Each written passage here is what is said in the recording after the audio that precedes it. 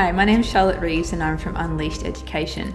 Welcome to the fourth installment in this 5-part series on understanding layers for pet photographers.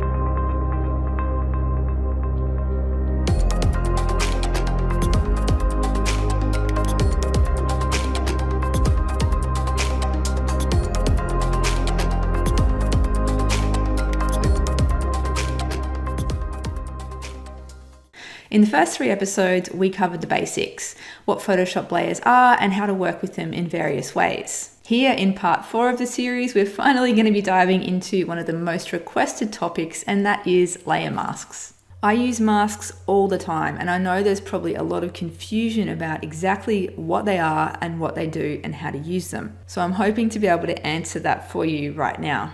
So you might have noticed that when we created adjustment layers and other different types of layers, we actually end up with a little white square sitting next to the icon for that particular adjustment. Now, that white square is a mask. If you think of a mask as something that can either show or block parts of that layer from being visible in the image, and if you remember the mantra that black conceals and white reveals. So let's take a look at this increase contrast layer. So it's a white mask, which basically means that white reveals. So that entire layer is visible and will apply to anything underneath it.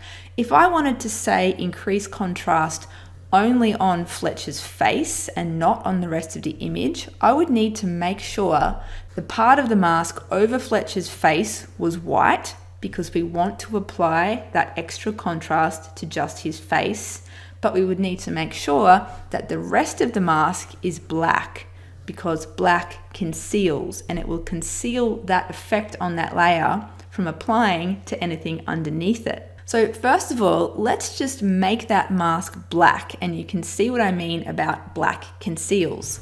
So if we click the mask, and make sure you actually click on the square, you can either fill it with black, or a quicker way that I found of doing it is just to invert. And invert basically just makes it the opposite color, which is black. So you just need to press Command I or Control I on your keyboard, and it will invert that mask. Now see how it's now concealing that effect from applying to anything underneath it. So you would now say that that adjustment layer has been masked out because the mask is black. But say we wanted that adjustment to apply just to Fletcher's face. How do we do that? The easiest way is to actually paint directly into the mask with a brush. So we would need to make sure that we select the brush first. You can press B on the keyboard or just click the icon here to activate the brush tool. Now I have quite a large brush here. You can change the size and the hardness of the brush by clicking these settings up here. So I usually have hardness all the way down to give me a feathered brush without hard edges. So to use that brush, we need to make sure we're dipping it in the right colored paint to start with.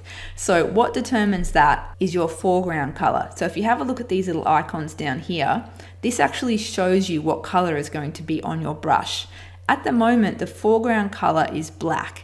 So if we paint in with a black brush onto a black mask, it's not going to do anything. So we need to make that a white brush.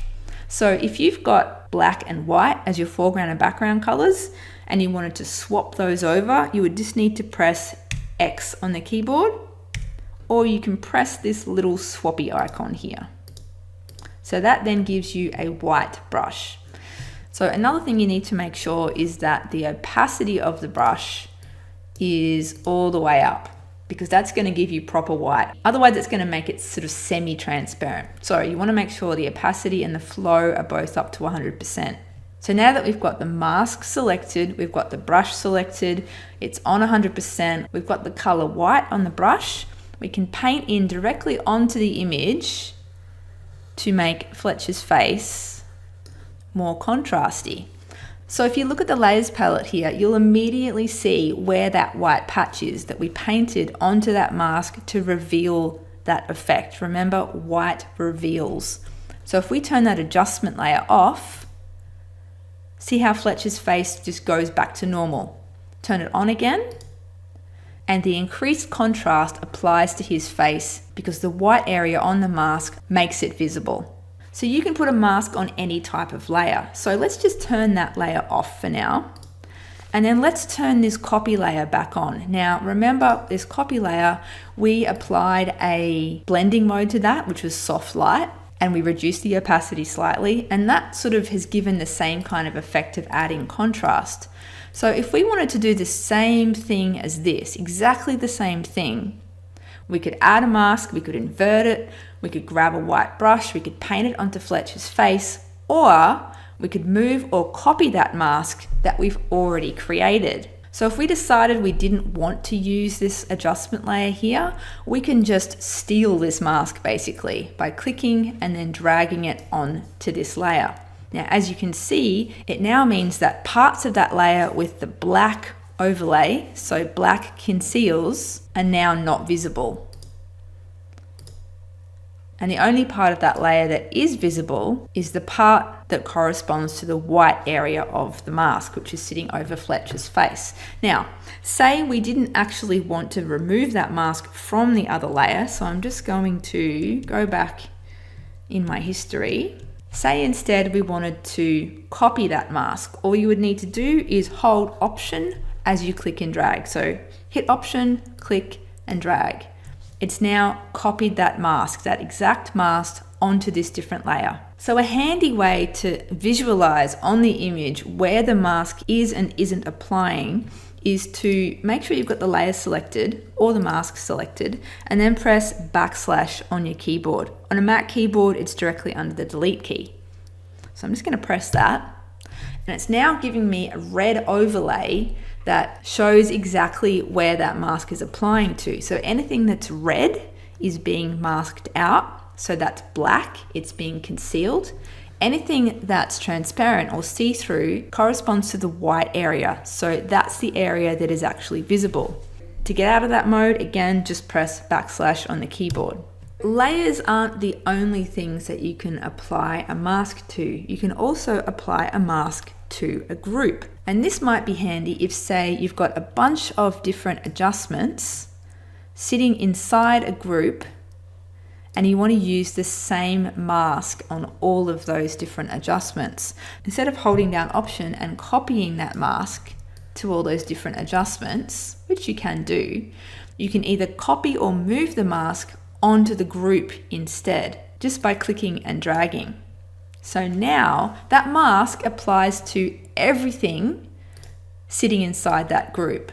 So basically it's just Fletcher's face, and the whole rest of the image is now transparent because that mask is completely blacking out everything within that group. So now technically you can actually get rid of all these other masks because the mask is applying to the group. You don't need the mask on the individual layers anymore. So to delete a mask, you just need to right click on the mask, and you can disable if you want to.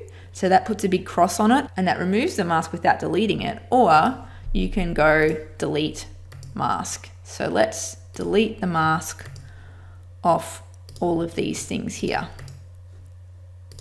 So now the mask sitting on the group determines what is and isn't visible. So if we wanted to make more of that image visible, we would select the mask, change to a brush, make sure it's white on the brush as the foreground color, and we can paint directly into that mask to reveal more of the image. So to reveal more of these layers that are sitting inside that group. Now, if we wanted to completely get rid of that mask, easy, we just drag it to the trash, or we right click and say disable or delete. I'm going to delete that mask now. So now we can see everything within that group because there's no mask on there anymore. So just before I move on from masks, there is one pitfall that I find people falling into a lot, and that is adding a vector mask to a layer instead of a normal mask. This can happen really easily. So say I wanted to add a mask to this copy layer here. If I just simply click on the mask, it will add a layer mask and it will be a white mask, which is fine. You can also make this a black mask by holding down Option and clicking on that icon. That will add a black mask, which basically hides that layer.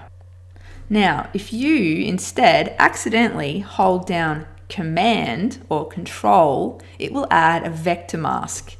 Now, a vector mask looks exactly the same as a regular mask. You can't select it or paint into it. It looks like a mask, but it seems entirely not functional, and you might think that there's something wrong with your Photoshop. So always make sure that you're not adding vector masks when you're trying to add regular masks. So I'm just going to right click and say delete vector mask. If you have any questions about what I've been talking about here today, please post them in the comments and I shall get back to you. And if you did enjoy this video, we would really appreciate if you subscribe to our Unleashed Education channel. I'll catch you in the next and final installment in this special series on Photoshop layers, where we're going to be tying up a few loose ends. I'll be showing you some further tricks for managing your layers and also helping to keep those file sizes down.